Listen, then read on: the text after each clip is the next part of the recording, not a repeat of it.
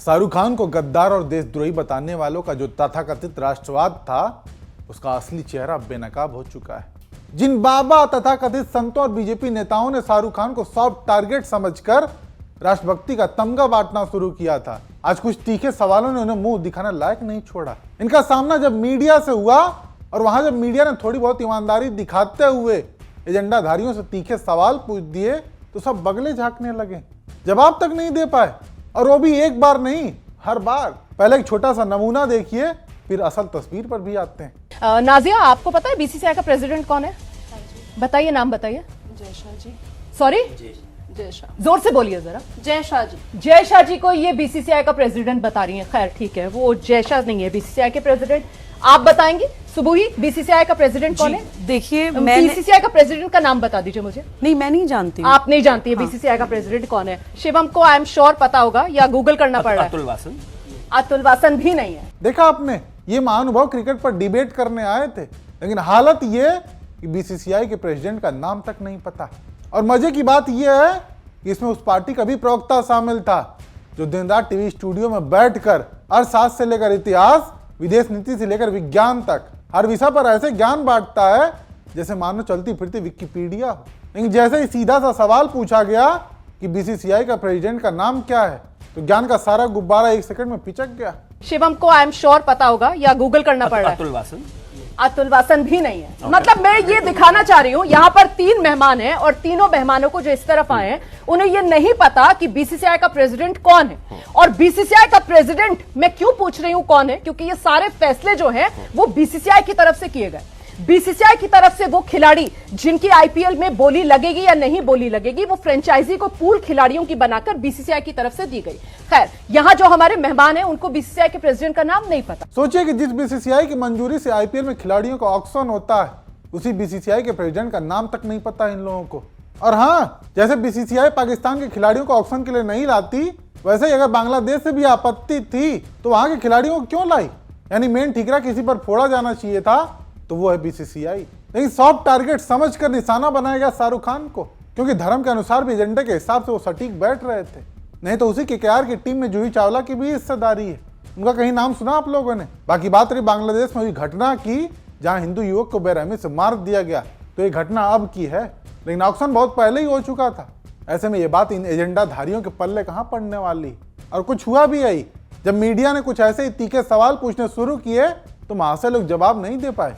लेकिन मेरा सवाल यह है कि देवकीनंदन ठाकुर जो है, मुझे ऐसा लगता नहीं है उनको तकलीफ जो बांग्लादेश में हिंदुओं के साथ हो रहा है उसको लेकर हो रही है। मुझे ऐसा लगता है कि देवकीनंदन ठाकुर को निशाने पर शाहरुख खान को लेना है, इस वजह से देवकीनंदन ठाकुर ये तमाम बातें कर रहे हैं। वरना तो सर, देश के अंदर शेख हसीना अभी भी रह रही हैं, इस पर तो देवकीनंदन ठाकुर ने कुछ नहीं कहा। खालिदा जिया का निधन होता है और भारत सरकार की तरफ से हमारे विदेश मंत्री वहां पर जाते हैं और अफसोस जताते हैं, इस पर तो देवकीनंदन ठाकुर ने कुछ नहीं कहा।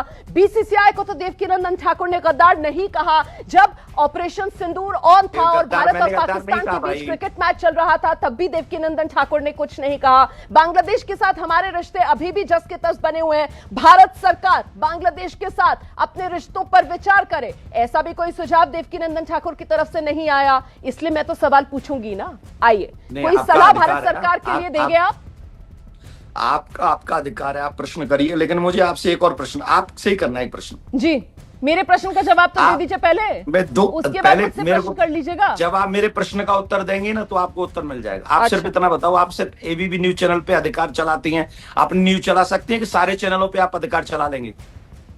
तो मैंने तो वही पूछा ना, मेरी तो मतलब आप सिर्फ शाहरुख खान पर ही चला सकते हैं अपना जोर? नहीं, इसीलिए मैंने पहले ही नेशनल लेवल पे जो हम लोग भारत के भीतर रह रहे हैं, भारत के भीतर जो भी गतिविधियां हो रही हैं, उन सबके साथ हम जो कर सकते हैं, जो हमारी सामर्थ्य है उससे अनुसार कर सकते हैं, वो हम करते रहेंगे। और सिर्फ बांग्लादेश में नहीं, पूरे विश्व में जब जब भी जहां जहां भी सनातनियों के साथ बुरा हुआ है, देवकीनंदन की आवाज उठी है। और बहुत धन्यवाद देवकीनंदन ठाकुर जी। हम तो चाहते हैं कि आप इसी तरीके से सनातन के हक में आवाज उठाएं, लेकिन इस बात का ख्याल रखें कि हिंदुस्तान जिसकी अपनी गंगा जमनी तहजीब है और जो देश संविधान से चलता है, वहां हिंदू और मुसलमान वाला जो एजेंडा है, गंदा घटिया राजनीति का एजेंडा, उसको आगे बढ़ाने का काम ना करें। सच ये है कि शाहरुख खान पर हमला कभी देश के लिए नहीं था, बल्कि कैमरों के सामने सस्ती सुर्खियां बटोरने और नफरत की राजनीति चमकाने का प्लान था।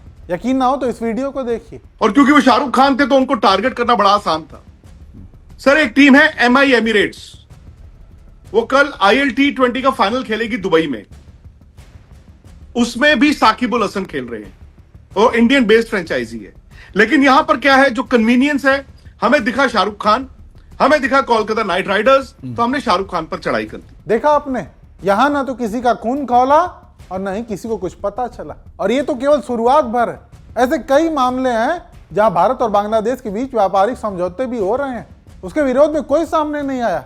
ऐसे में तथाकथित राष्ट्रवादियों की पूरी पोल पट्टी तो संजय सिंह ने खोल कर रख दी। BCCI परमिशन देता है IPL के लिए, और अगर IPL मैच में पाकिस्तान के खिलाड़ी प्रतिबंधित हैं, तो बांग्लादेश के खिलाड़ियों पे भी आप प्रतिबंध लगा देते। वो किससे नहीं खेला है, राजस्थान रॉयल्स से लेके किस टीम से। अब सवाल ये आता है कि भाई आप शाहरुख खान को टारगेट कर रहे हैं, लेकिन झारखंड की बिजली प्रधानमंत्री जी का सबसे करीबी दोस्त अडानी बांग्लादेश को सप्लाई कर रहा है, हजारों करोड़ का धंधा वहां पर कर रहा है। एक भी आदमी नहीं बोलता, किसी के भी मुंह में इतनी हिम्मत नहीं है, किसी के दिल में इतनी दमी नहीं है, जरूरत नहीं हो रही है, डरपोक है ये लोग। भारत के प्रधानमंत्री एक शब्द हिंदुओं पे हो रहे अत्याचार के बारे में नहीं बोल पाते, क्योंकि उनके दोस्त का पेमेंट रुक जाएगा बांग्लादेश में। आप कह रहे हो शाहरुख खान बांग्लादेश के खिलाड़ी को रखने पर गद्दार है, और देश के प्रधानमंत्री शेख हसीना को रखने पर देशभक्त है। उनके लिए कौन सी संज्ञा का इस्तेमाल करेंगे आप? इनके भतीजे जब पहलगाम में हमारी बहनों के माथे के सिंदूर उजाड़ दिए गए, पूरा देश पाकिस्तान के साथ क्रिकेट मैच खेलने के खिलाफ था, उस वक्त उन्होंने पाकिस्तान के साथ क्रिकेट मैच खेला, तो वो देशभक्त हैं। यानी इन एजेंडाधारियों के निशाने पर शाहरुख खान मात्र इसलिए थे क्योंकि उनके नाम के आगे खान लगा हुआ है। लेकिन ऐसे में एक मुसलमान नेता ने ही इन एजेंडाधारियों के जले पर और नमक छिड़कने का काम किया, जब उन्होंने इस पूरे मसले को प्रधानमंत्री से जोड़ दिया। महाराष्ट्र की और मुंबई की जनता को बोल रहे थे, देखो हमने एक बांग्लादेशी को भिजा दिया। अरे एक तो एक और तो भिजाओ ना, जो मोदी की बहन बनकर दिल्ली में बैठी हुई है। क्या आप चाहते हो मोहतरमा बांग्लादेश जाए? आप चाहते हो बांग्लादेश को दे दिया जाए? वाकई जिस शेख हसीना के समय से बांग्लादेश में ये नस्ली हिंसा शुरू हुई, उनको हमारे देश में संरक्षण दिया जा रहा है, उस पर किसी बाबा या बीजेपी नेता का मुंह तक नहीं खुला। ऐसे में साफ पता चलता है कि इनका टारगेट शाहरुख खान थे भी तो वो देश के लिए नहीं, बल्कि अपनी नफरत की राजनीति चमकाने के लिए, सस्ती सुर्खियां बटोरने के लिए। खैर, आप दर्शक इसको लेकर क्या सोचते हैं, कमेंट करके जरूर बताएं।